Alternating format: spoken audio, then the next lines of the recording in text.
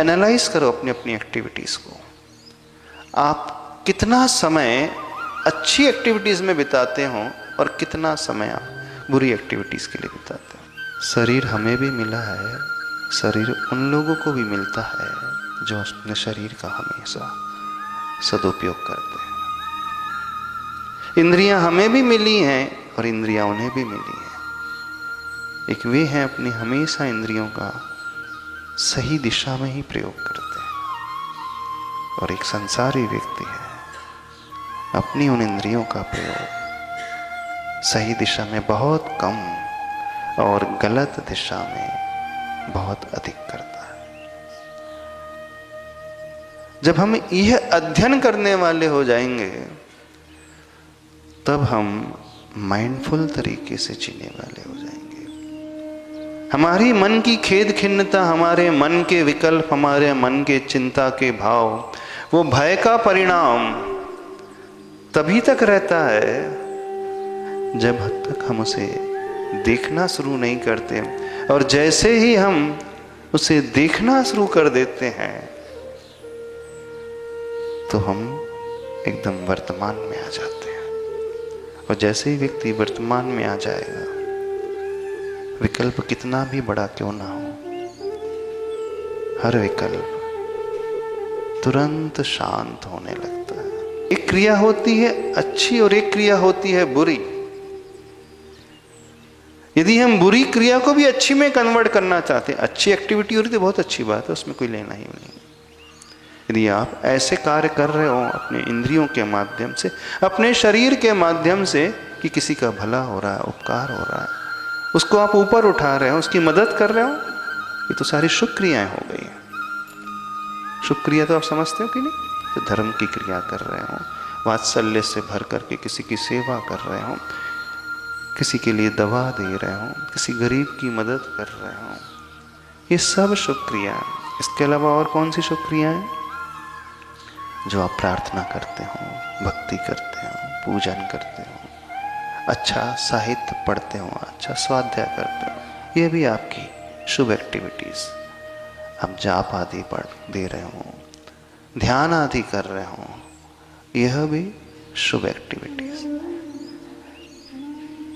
लेकिन इन शुभ एक्टिविटीज का प्रयोजन भी जो होता है वह स्व और पर के हित के लिए, और आप डायरेक्टली किसी की सेवा में जुटे हो अथवा किसी को परेशान नहीं कर रहे हो तो ये भी कथनचित शुभ एक्टिविटी। लेकिन जो अशुभ एक्टिविटी प्राय हर व्यक्ति करता रहता है, उसे हम यदि शुभ में कन्वर्ट करना चाहते हैं तो उस प्रयोजन को समझें। और दूसरा, जो हम हमेशा शिकायत करते हैं कि हम अपने में नहीं रह पाते हैं, उसका तरीका है हम माइंडफुलनेस से जीना सीखें। अर्थात हम अपने भीतर साक्षी भाव लाना सीखें, तो हम उस अशुभ को भी बड़ी आसानी से शुभ में कन्वर्ट कर सकते हैं।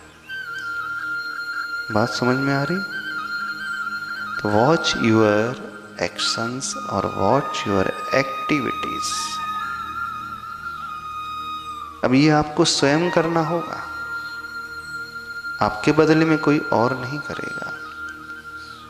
यदि हम धर्मशास्त्र के अनुसार समझे तो अशुभ क्रिया जो करते हैं इस काय के माध्यम से, अथवा अशुभ योग जो हो रहा है, वह सब पाप को लेकर के हो रहा है। वो सब हमें नीचे लेकर के जाता है और हमारे जीवन को दुखी बनाता है। तो आपके अशुभ कायोग की प्रवृत्तियां हिंसा वाली, चोरी वाली, परिग्रह वाली, कुशील वाली, अनायासी जीव को घात पहुंचाने वाली, और शुभ की ठीक इससे विपरीत जिसे आप कहते हैं पुण्य की क्रियाएं, तो धर्म की आदि जो क्रियाएं हैं, अच्छे चरित्र निर्माण की क्रियाएं, ये शुभ पुण्य की क्रियाएं शुभ क्रियाएं हो जाती हैं। तो इनका पहले अध्ययन करना बहुत आवश्यक है। और कैसे शुरुआत करें? प्रातः उठ करके एक संकल्प के साथ कि मैं अपनी हर इंद्री का पहला प्रयोग जो है शुभ को लेकर के करूंगा। इन आंखों का प्रयोग अच्छा देख करके करूंगा, इन कानों का प्रयोग कुछ अच्छा सुन करके करूंगा, इन हाथों का प्रयोग कुछ अच्छे कार्य को लेकर के, इन चरणों का प्रयोग अच्छी दिशा में गमन करने के लिए। ये सब जो है, जो भी आपकी इंद्रियों का प्रयोग हो रहा है, प्रातः उठते ही यह संकल्प अंदर से, मैं अच्छा देखूंगा, अच्छा कहूंगा, अच्छा सुनूंगा, अच्छा कार्य करूंगा। अब वो क्या अच्छा है, अभी निर्णय आपको करना।